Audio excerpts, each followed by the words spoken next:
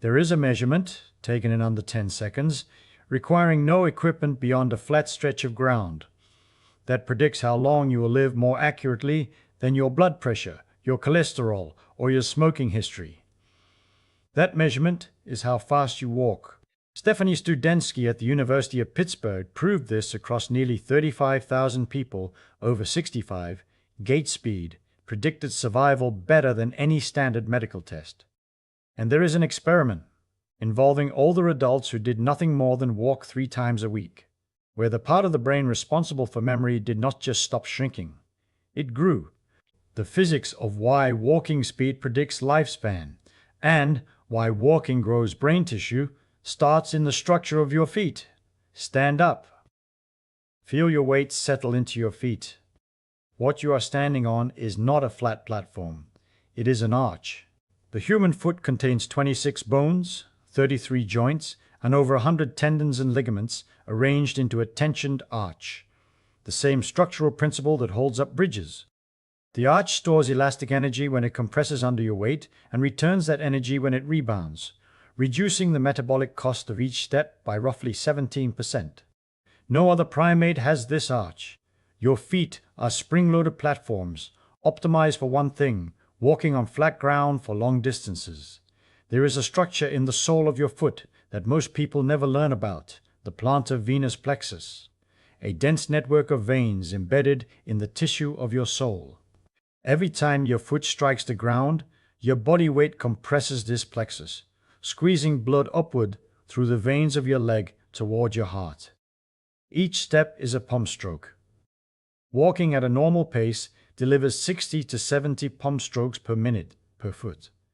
A dedicated hydraulic system built into the bottom of each foot, activated only by walking. Standing does not activate it. Sitting does not activate it. The heavy-legged feeling after a long day of sitting is partly blood pooling in vessels that have not been pumped. When you take a step, your body performs an act of controlled falling. Your center of mass rises as you vault over your planted leg, functioning as an inverted pendulum, the same physics that governs a clock pendulum but flipped upside down, with the pivot at the ground and the mass at the top. As your weight passes over the planted foot and begins to fall forward, the potential energy of the rise converts to kinetic energy with roughly 65% efficiency. Your muscles only supply the remaining 35%. This is extraordinary engineering. A robot attempting bipedal walking at this efficiency would require years of optimization, and most still cannot match it. Your body does it without conscious thought, adjusting stride length, foot placement, and weight distribution in real time to surface angle, wind, and terrain, calculations that your cerebellum performs thousands of times per minute without your awareness. Your Achilles tendon, the thick cord connecting your calf to your heel, existing at a length and thickness found in no other great ape, adds another layer.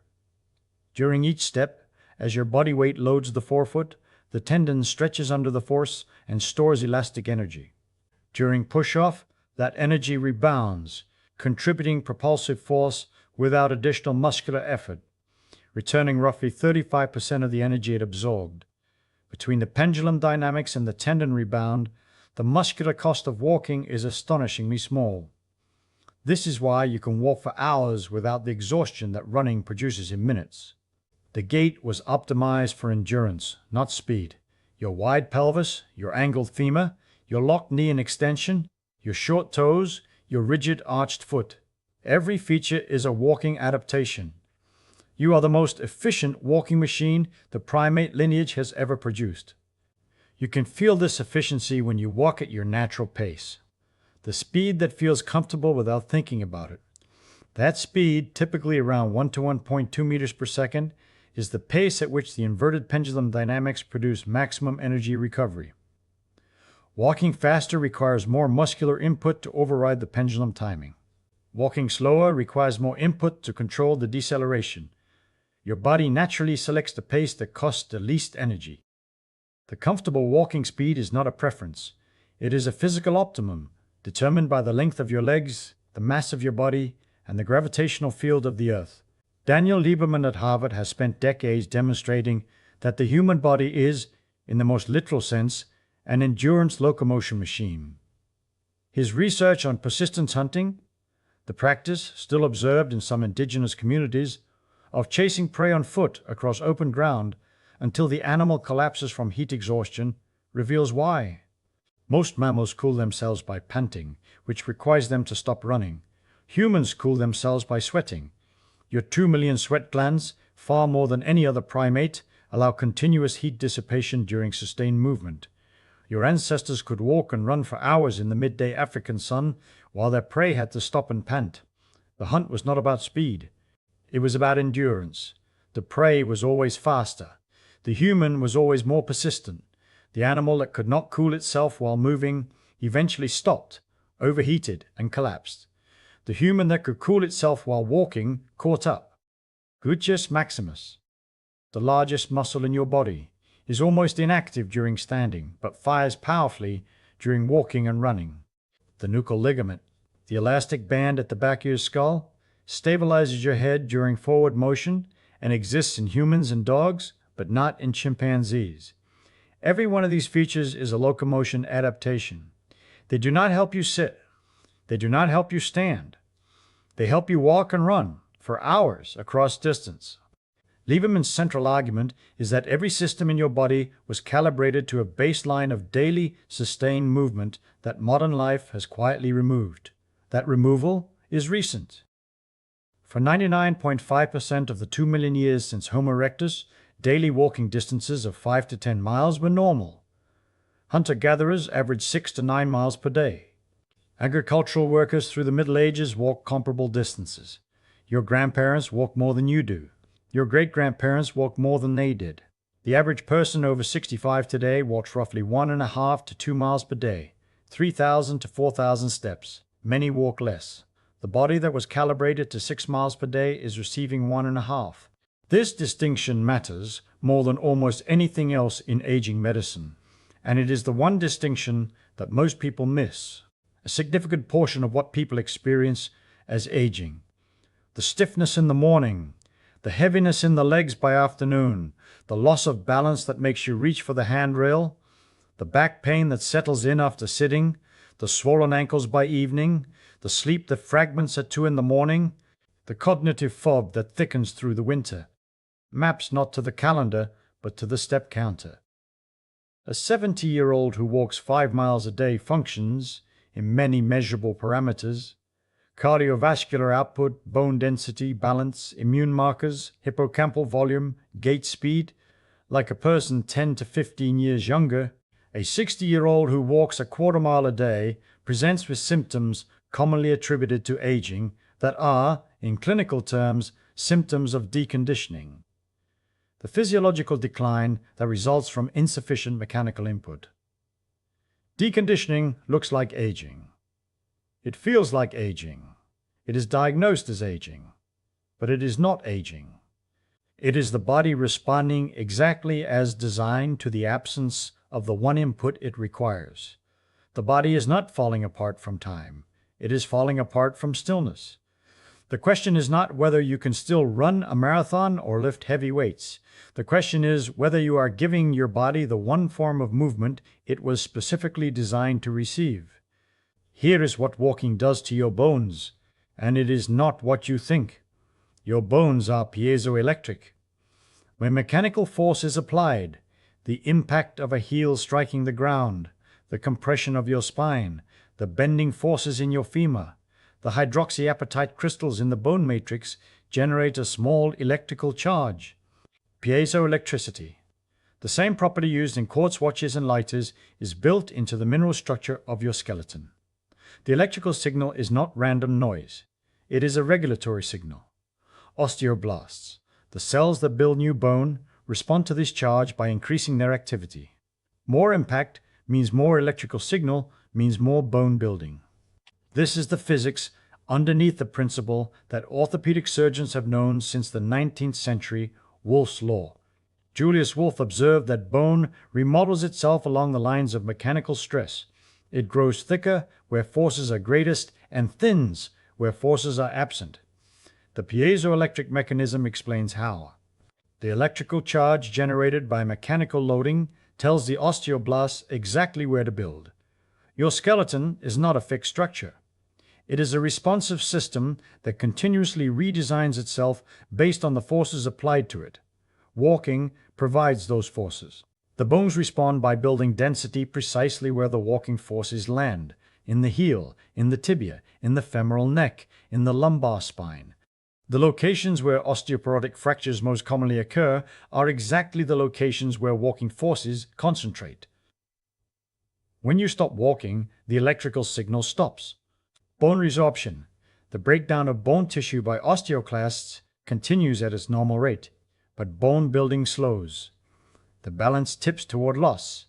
Astronauts in zero gravity lose roughly 1 to 2% of bone density per month, not because space is toxic to bones, but because the gravitational loading that generates the piezoelectric signal is absent. Bedridden patients experience the same loss on the same timeline.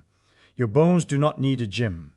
They need the specific mechanical loading pattern that walking provides. The rhythmic, moderate impact forces that your skeleton evolved to interpret as the signal to maintain itself. If you have been told you have low bone density, the physics underneath that diagnosis includes a piezoelectric deficit. Your bones have not been receiving enough mechanical signal to maintain the electrical stimulation that drives building. Walking is not a treatment in the way a drug is. It is the restoration of the input signal your bones were designed to receive. Walking also operates every fluid system in your body, and this is where the engineering reveals how completely the body depends on movement. Your lymphatic system, the network that carries immune cells, removes waste, and maintains fluid balance, has no heart, no dedicated pump. Lymph moves only when surrounding muscles squeeze the vessels, pushing fluid through one-way valves. The calf is sometimes called the second heart because its contractions during walking drive lymphatic and venous fluid upward against gravity. When you sit for hours, the pump stops. Lymphocytes, the immune cells responsible for patrolling your tissues and destroying pathogens, pool in the lower extremities instead of circulating. The surveillance system does not shut down, but it operates at reduced capacity. The swelling in your ankles after a day of sitting is not a disease. It is a pump that is not running. Walking for even 10 minutes begins moving fluid that has been pooling. Your intervertebral discs, the cartilage pads between your vertebrae, have no blood supply. They receive nutrition through imbibition. The rhythmic loading and unloading that walking provides draws fluid in and pushes waste out. Walking feeds your spinal discs. Sitting starves them. The back stiffness after prolonged sitting that eases after a few minutes of walking is the disc rehydrating, fluid returning to a structure that has been slowly drying out while you sat still. Fascial tissue, the connective sheets wrapping every muscle and organ, requires mechanical pumping to stay hydrated and elastic. When muscles contract and release during walking, they push fluid through the fascial layers, the way kneading dough pushes moisture through the matrix. The morning stiffness that many people over 65 experience, the sense that the body needs to warm up before it moves freely, that the first 10 minutes feel tight and creaky, is partly fascial dehydration from overnight stillness. Walking pumps fluid back through it.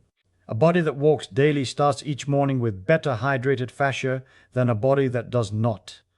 And the difference accumulates over months into measurably different flexibility and ease of movement. Even your digestive tract depends on walking. Peristalsis, the muscular contractions that move food through your gut, is stimulated by the rhythmic motion of walking. Constipation in older adults correlates with physical inactivity more strongly than with diet. The gut was designed to process food in a body that moves. Blood, lymph, spinal nutrition, fascial hydration, digestive transit. Every fluid system was designed to operate in a walking body. In a sitting body, all of them degrade, not from disease, from the absence of the mechanical input they require. Here is where the physics shifts from the body to the brain, and where the result that changed neuroscience was published. For most of the 20th century, neuroscience held a firm consensus: the adult human brain could not generate new neurons. You were born with all the brain cells you would ever have, and aging meant losing them. slowly, irreversibly, roughly 1 to 2% of hippocampal volume per year after 60. The hippocampus is the structure responsible for forming new memories, for spatial navigation, for the kind of recall that lets you remember where you parked, what you had for breakfast, and the name of the person you met last week. Its steady decline was considered as inevitable as the graying of hair. Textbooks taught it. Research grants assumed it. Clinical practice accepted it.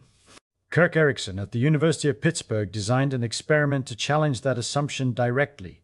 In 2011, he took 120 sedentary older adults, average age 67, people who had not been exercising regularly, and randomly assigned half to a walking program, 40 minutes of moderate walking, 3 times per week for 1 year. The other half did stretching exercises for the same duration and frequency. Before and after the year, Erickson measured hippocampal volume using structural MRI, the same imaging technique used to track the decline that textbooks said was irreversible.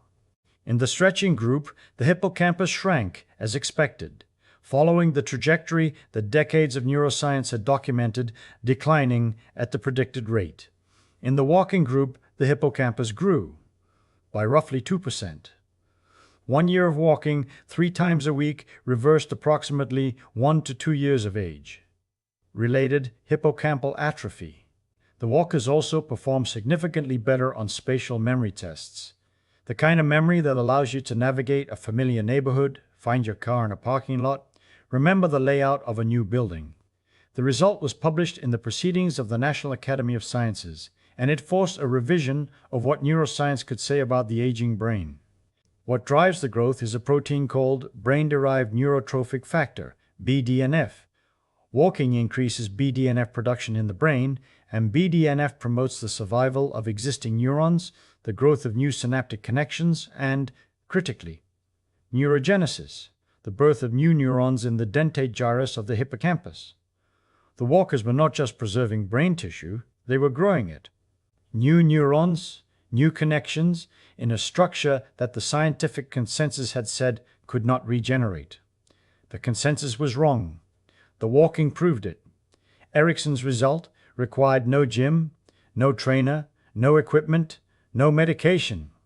It required walking at a moderate pace, a pace where conversation is comfortable, where breathing is elevated but not strained, where the body is working but not suffering, for 40 minutes, 3 times per week. The dose that grew the hippocampus is a walk around the neighborhood, 3 times a week, at a pace you can sustain while talking to a friend. If you have noticed that your memory is not what it was, that names take longer to surface, that you walk into rooms and forget why, that the sharp recall of 10 years ago has softened.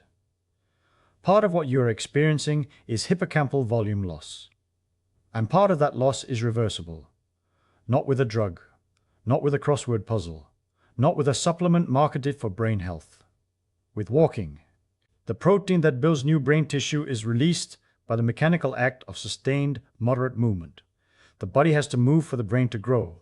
There's another system that walking maintains that becomes critical after 65, and it is the system most directly connected to the falls that change lives. Balance is not a single ability. It is a real-time integration of 3 sensory systems: vision, the vestibular system in your inner ear, and proprioception, the network of senses in your joints, tendons, and muscle spindles that detect the position and movement of your body in space. The proprioceptive sensors in your ankles and feet are particularly important for walking balance. They detect the angle of the ground surface, the shift of your center of mass, and the subtle adjustments needed to keep you upright on every step. These sensors maintain their accuracy through use. They calibrate to a body that is moving. When the body stops moving, when days are spent sitting in a chair or standing in one position, the proprioceptive system decalibrates. The sensors become less sensitive. The response time slows. The real-time adjustments that prevent a stumble from becoming a fall become less precise. The loss of balance that many people over 65 experience is not entirely neurological decline. A significant component is proprioceptive decalibration from disuse. Sensors that have not been challenged by the varying surfaces, the weight shifts, the small corrections that every step on uneven ground demands. Walking on varied terrain, sidewalks, grass, gentle slopes, gravel paths, recalibrates these senses actively. Each step is a balance challenge that the proprioceptive system solves in real time, and each solution refines the system's accuracy. A daily walk is a daily proprioceptive training session that no balance exercise in a gym fully replicates, because the gym floor is flat and predictable and the real world is not. Now, the measurement from the beginning of this story pays off. Studenski's meta-analysis covered 35,000 people over 65, followed across multiple studies for 6 to 21 years. Gait speed, measured over 4 meters of flat ground, time to the 10th of a second. Predicted survival more accurately than age, sex, chronic disease burden, hospitalization history, or body mass index. People who walked faster lived longer. The relationship was continuous. Every increment of speed correlated with lower mortality, and the relationship held across every subgroup, men and women, healthy and chronically ill, young old and old. Studenski's interpretation explains why this works. Gait speed is not itself the cause of longevity. It is a summary measurement, a single number that reflects the integrated function of the entire body compressed into one observable act. Walking requires your heart to deliver oxygen to working muscles. It requires your lungs to exchange gases efficiently enough to sustain the demand. It requires your muscles to generate force against gravity. It requires your bones to bear the load without pain. It requires your nervous system to maintain balance on every step, coordinate the firing sequence of dozens of muscles, and process the sensory environment in real time. It requires your brain to plan the route, anticipate obstacles, and sustain the intention to move forward. When any of these systems degrades, cardiovascular, pulmonary, musculoskeletal, neurological, cognitive, the body protects itself by slowing down. Gait speed is the body's self-report on the state of every system simultaneously. No blood test captures that. No imaging scan captures that. 4 meters of flat ground captures it. A comfortable walking speed of roughly 1 meter per second, about 2¼ miles per hour, is associated with median life expectancy at most ages over 65. Speeds above 1.2 meters per second are associated with better than expected survival. Speeds below 0.6 meters per second are associated with significantly increased mortality risk. The number is not a death sentence, and it is not a guarantee. It is a reflection of how well the walking machine is functioning, and the walking machine is the entire body. If you have noticed that you walk more slowly than you used to, that crossing the street in the time the signal allows has become harder, that younger people pass you on the sidewalk, that walking to the shop takes longer than it did 5 years ago, that change is the most important vital sign no one is routinely measuring. And gait speed is not fixed. It responds to intervention. Walking more, regularly, consistently, at the best pace you can sustain, improves every system that determines the speed. The measurement and the treatment are the same act. Start walking, even 10 minutes a day, even slowly, even with a cane. And the systems respond in a specific sequence that the body has been waiting to execute. On the first walk, the venous and lymphatic pumps activate. Blood moves upward from the feet. Lymph begins circulating through tissues that have been stagnant. You may notice that your ankles are less swollen by evening. Within the first week, fascial hydration improves. The morning stiffness eases. The first minutes of the day feel less locked. The body warms up faster. Digestion normalizes. As peristalsis reactivates, the gut begins moving food on a timeline it recognizes. Within 2 to 3 weeks, the cardiovascular system adapts. Resting heart rate drops slightly as stroke volume improves, blood pressure settles lower, and the same distance that left you breathless at the start begins to feel manageable. You walk the same route and arrive less winded. That is not willpower. That is cardiac adaptation. The heart pumping more blood per beat. The muscles extracting oxygen more efficiently.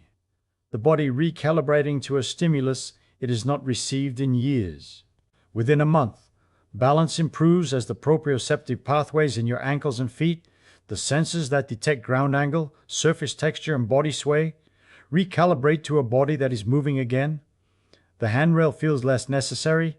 The uneven sidewalk feels less threatening. Your nervous system is relearning the real-time adjustments it was designed to make on every step. Over months, the piezoelectric signal begins rebuilding bone density at the sites where walking forces concentrate. And the hippocampal neurogenesis that Erickson measured, the new neurons, the BDNF-driven growth in the part of your brain that forms memories, that takes weeks to months of consistent walking to begin, but it begins. The body does not require you to believe in the mechanism. It requires steps. Every system in the sequence is waiting for the same input. The input is movement. No other exercise does all of this simultaneously. Running generates higher impact forces and stronger cardiovascular stimulus, but it carries injury risk that increases with age. The knees, the hips, the ankles absorb forces 3 to 4 times body weight with each running stride, compared to roughly 1 to 1.5 times during walking. For most people over 65, running is not sustainable. Swimming is excellent cardiovascular exercise, but removes the gravitational loading that generates the piezoelectric signal in bones. Swimmers have lower bone density than walkers, despite superior cardiovascular fitness. Cycling eliminates the heel strike, the plantar venous pump, the spinal loading cycle, and the balance challenge. Your body is supported, your feet are fixed, your spine is static. Each of these is valuable exercise. None provides the specific mechanical inputs that the human body was designed to receive through bipedal gait. Walking is the baseline. It is the evolutionary minimum, the movement the body expects to receive every day, the input every system was calibrated to, the stimulus that maintains bones, circulates lymph, feeds discs, hydrates fascia, moves the gut, grows the hippocampus, and integrates every physiological system into the single measurable output that Studenski showed predicts how long you will live. For a body that has been sitting for most of its recent years, walking is the single most effective intervention available because it restores simultaneously every system that stillness degrades, and it requires nothing but the decision to begin. 2,400 years ago, Hippocrates wrote 5 words that contain more physics than he could have known. Walking is man's best medicine.